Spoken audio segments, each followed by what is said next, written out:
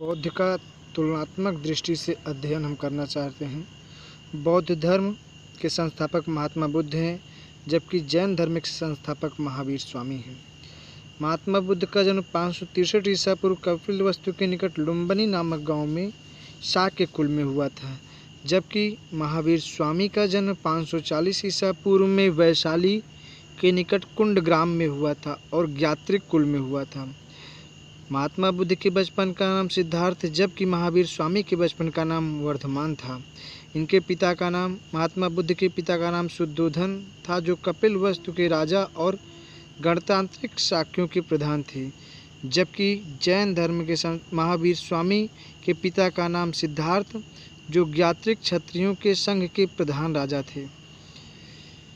महात्मा बुद्ध की माता का नाम माया देवी या महामाया कहीं कहीं मिलता है, जो कौशल राजवंश की कन्या थी, जबकि महावीर स्वामी की माता का नाम त्रिशला था, जो विदेह दत्ता या वैशाली के लिच्छवी गणराज्य के प्रमुख चेतक की बहन थी। महात्मा बुद्ध की पत्नी का नाम यशोधरा था, जो शाक्य कुल की थी, और महावीर स्वामी की पत्नी का नाम यशोदा, जो कुंडिन्य कुल की थी। कुंडिन्य कुल। महात्मा बुद्ध के पुत्र का नाम राहुल था, जबकि महावीर स्वामी की पुत्री का नाम अनुजा, जिसका प्रियदर्शनी भी कहीं कहीं मिलता है। महात्मा बुद्ध ने गृह त्याग 29 वर्ष की अवस्था में, जिसे बौद्ध धर्म में महाभिनिष्क्रमण कहा गया, जबकि महावीर स्वामी ने गृह त्याग 30 वर्ष की आयु में किया था। ज्ञान प्राप्ति महात्मा बुद्ध को 6 वर्ष की कठिन तपस्या के उपरांत 35 वर्ष की आयु में बोध गया में वैशाख पूर्णिमा की रात्रि निरंजना नदी के तट पर पीपल वृक्ष के नीचे ज्ञान की प्राप्ति हुई, और ज्ञान प्राप्ति के बाद बुद्ध अर्थात प्रज्ञावान कहलाए, जबकि महावीर स्वामी को ज्ञान की प्राप्ति 12 वर्ष की कठोर तपस्या के बाद जंभिक ग्राम के समीप ऋजुपालिका नदी के तट पर साल वृक्ष के नीचे कैवल्य अर्थात ज्ञान की प्राप्ति हुई। जैन धर्म में पूर्ण ज्ञान के लिए कैवल्य शब्द का प्रयोग किया जाता है। ज्ञान के बाद कैल्विन अरहत मतलब योग्य, विजेता जिन मतलब विजेता, निर्ग्रंथ मतलब बंधन से रहित कहलाए। महात्मा बुद्ध ने प्रथम उपदेश सारनाथ में, कहीं कहीं ऋषपत्नम भी दिया जाता है, सारनाथ का एक नाम ऋषपत्नम भी है, सारनाथ में पाली भाषा में दिया, जिसे बौद्ध धर्म में धर्म चक्र प्रवर्तन कहा गया। 5 ब्राह्मण सन्यासियों को दिया था।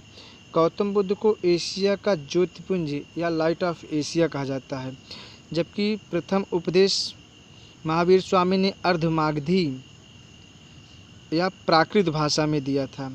राजगृह के समीप विपुलांचल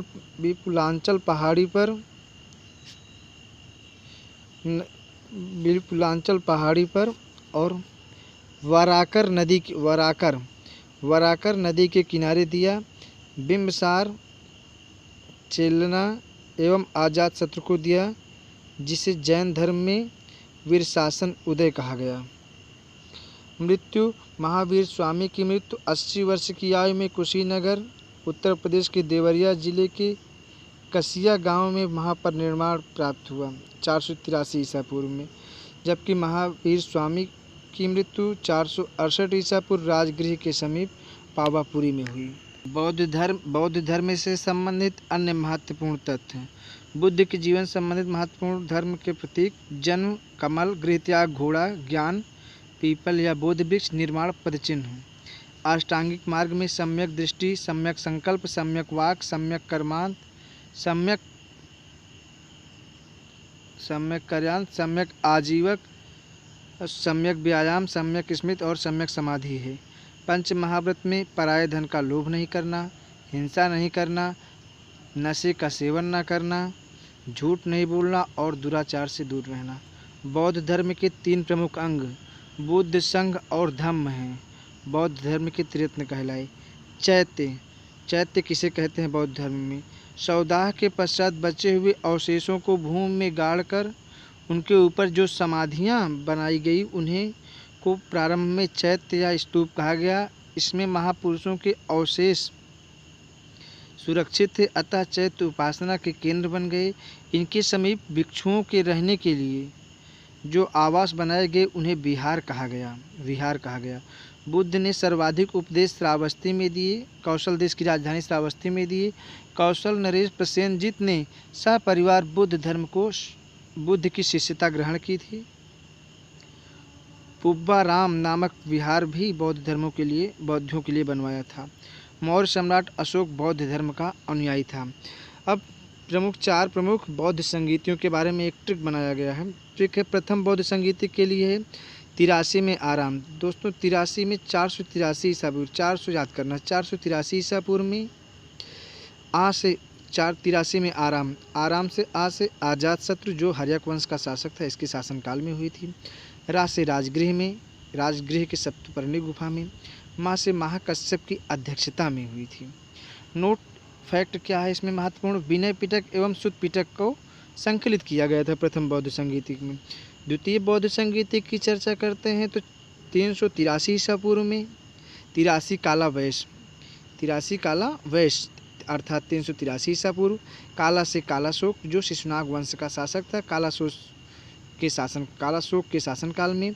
वैश्य से वैशाली में हुई थी और अध्यक्षता सर्वकामी की अध्यक्षता में। और नोट में महत्वपूर्ण फैक्ट क्या है, बौद्ध धर्म अस्थाविर एवं महासंधिक में विभाजित हुआ था।